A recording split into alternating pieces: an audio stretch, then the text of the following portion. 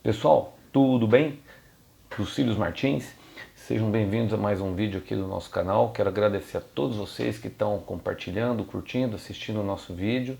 E volto a dizer, né? Nosso canal é um canal simples, é um canal feito de forma assim modesta, né? Para a gente poder divulgar o conhecimento, compartilhar alguma coisa.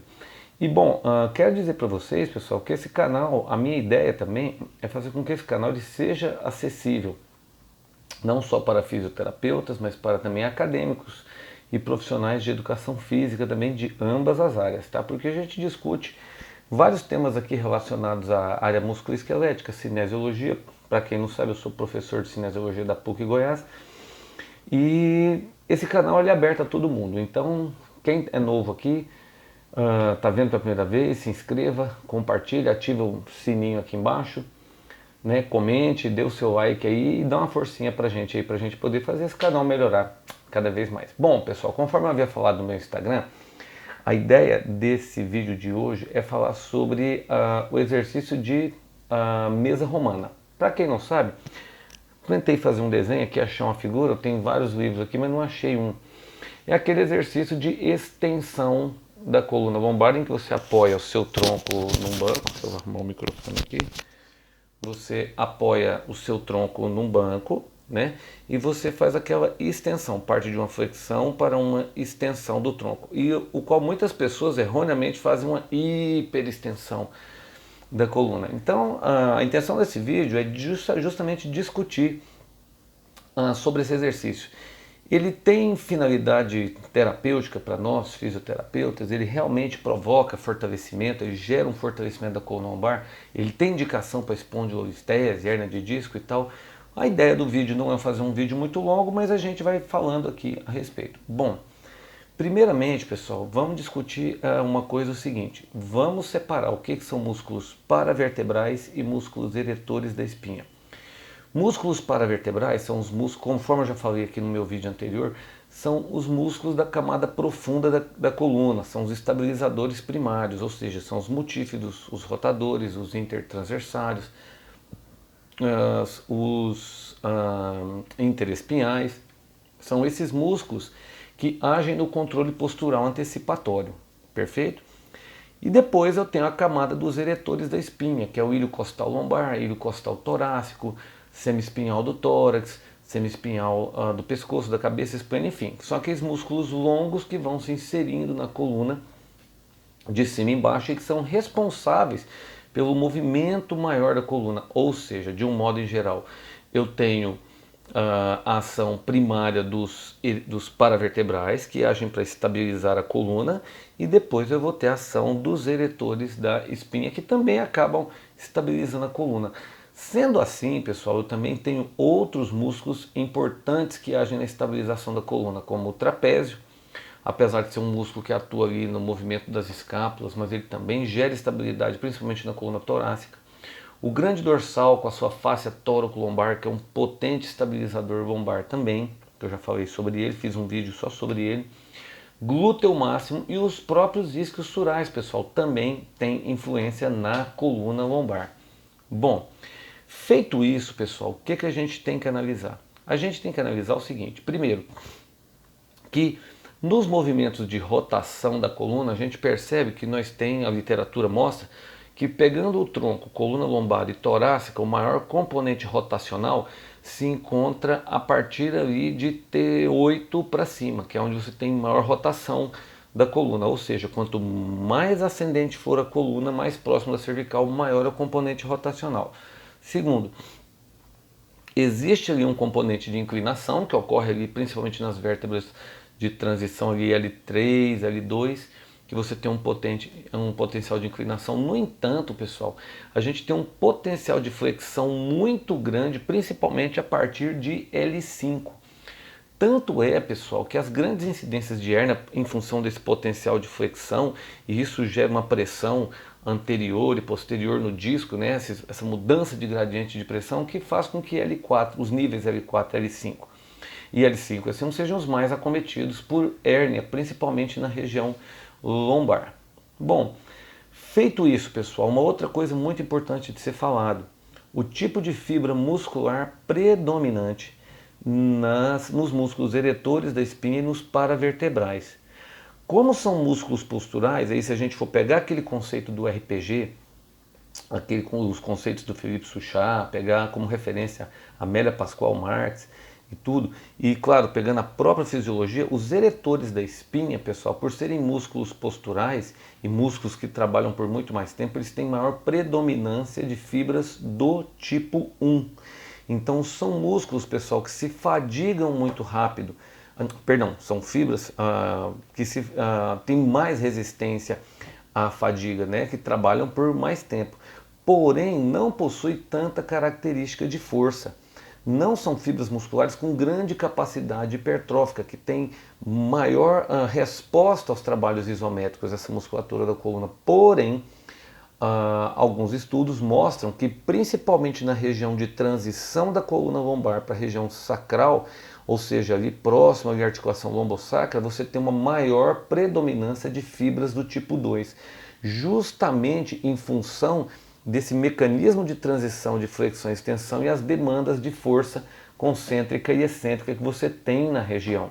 Beleza, pessoal? Então, bem ali no finalzinho, saindo da lombar, quase entrando na região glútea, você tem uma maior predominância de fibras do tipo 2. E que essas fibras do tipo 2, no quadro de dor lombar, elas se fadigam e elas atrofiam rapidamente. E lembrando que existe um grande fator de hipotrofia, eu falei atrofia, mas a gente vai colocar como hipotrofia, principalmente nos multíforos em quadros de dor lombar. Beleza, pessoal? Bom, mas vamos lá, vamos à mesa romana. É um bom exercício, pessoal? Sim, particularmente, meu microfone está caindo aqui, aí. Particularmente é um exercício que eu gosto muito, mas a gente tem que entender o seguinte. Esse exercício ele serve para quê, para quem e quando, tá certo, pessoal? Eu vou deixar aqui na descrição o link de um artigo muito bom, o qual eu baseei para poder trazer esse material para vocês, trazer essa ideia para vocês. E que esse artigo ele mostra o seguinte, pessoal, que quando você trabalha que na estabilização da coluna e na força da coluna lombar, primeiro é importante ressaltar que é necessário que você tenha uma ativação dos músculos primários primeiro, ou seja, o que alguns autores chamam de controle postural antecipatório, ou seja, primeiro ter um acionamento dos paravertebrais para depois ter uma ação dos eretores da espinha em todo o mecanismo da coluna. E isso com a dor lombar, pessoal, isso se perde. Esse mecanismo ele fica completamente alterado. Então é preciso ressaltar que para você trabalhar num banco romano, é importante, antes do banco romano, você ter um trabalho de core e de estabilização realizado primeiro.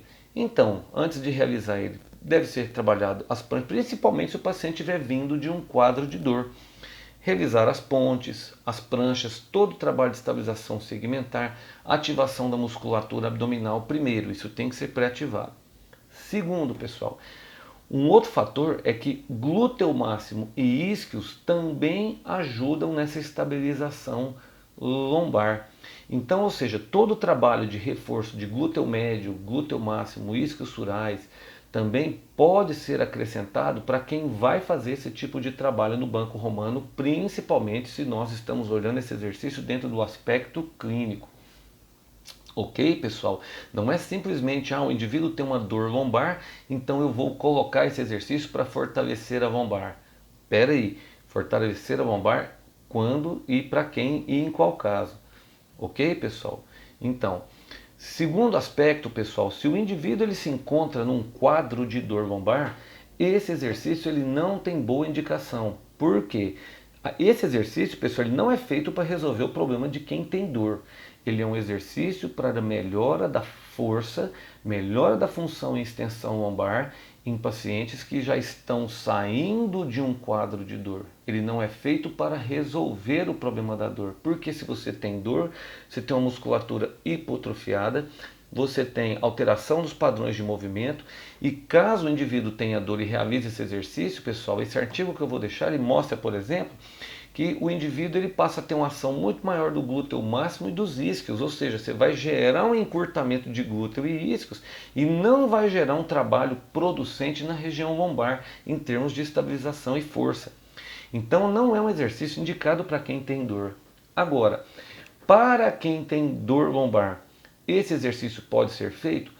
Pode sim, desde que realizado de modo isométrico, fora com o mínimo do quadro de dor possível.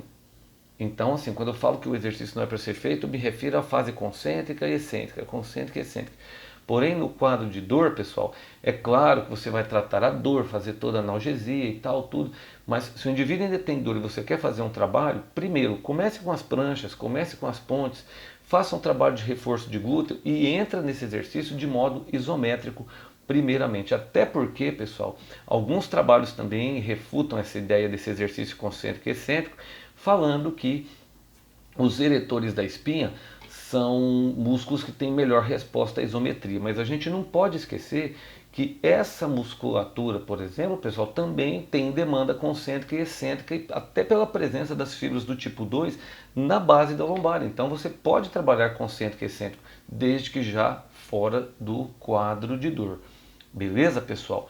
Uma outra dica: se você vai fazer o banco romano já sem dor, com fase concêntrica e excêntrica, se você posicionar o paciente com os pés em rotação externa, você também vai enfatizar um pouco mais glúteo e isquios. Se você quer tirar a ação dos isquios, coloca o pé em rotação interna ou levemente interna, mas em posição neutra, que aí sim você vai enfatizar um trabalho melhor, com foco na região lombar.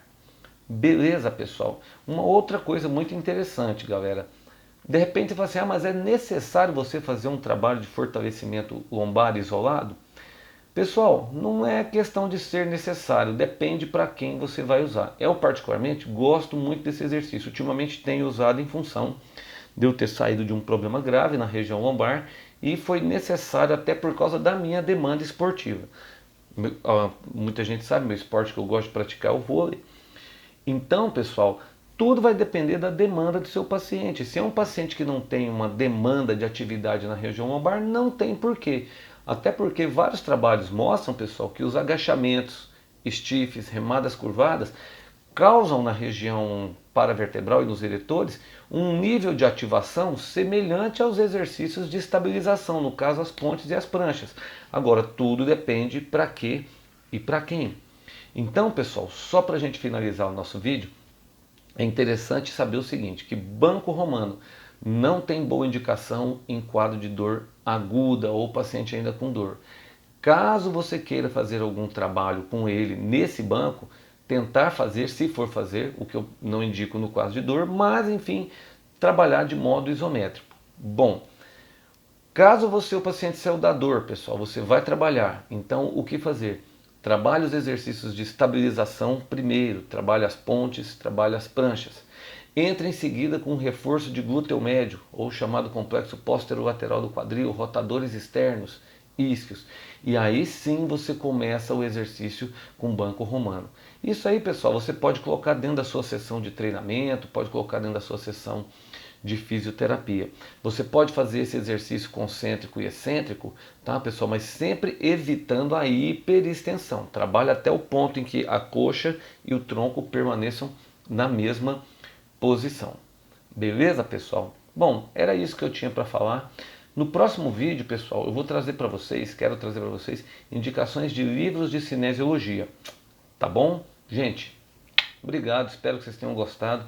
Fiquem com Deus, um abraço. E vou deixar aqui no link, tá, na descrição, o link do artigo para vocês darem uma olhada. Comenta aí e vê o que vocês acham. É isso aí, fiquem com Deus.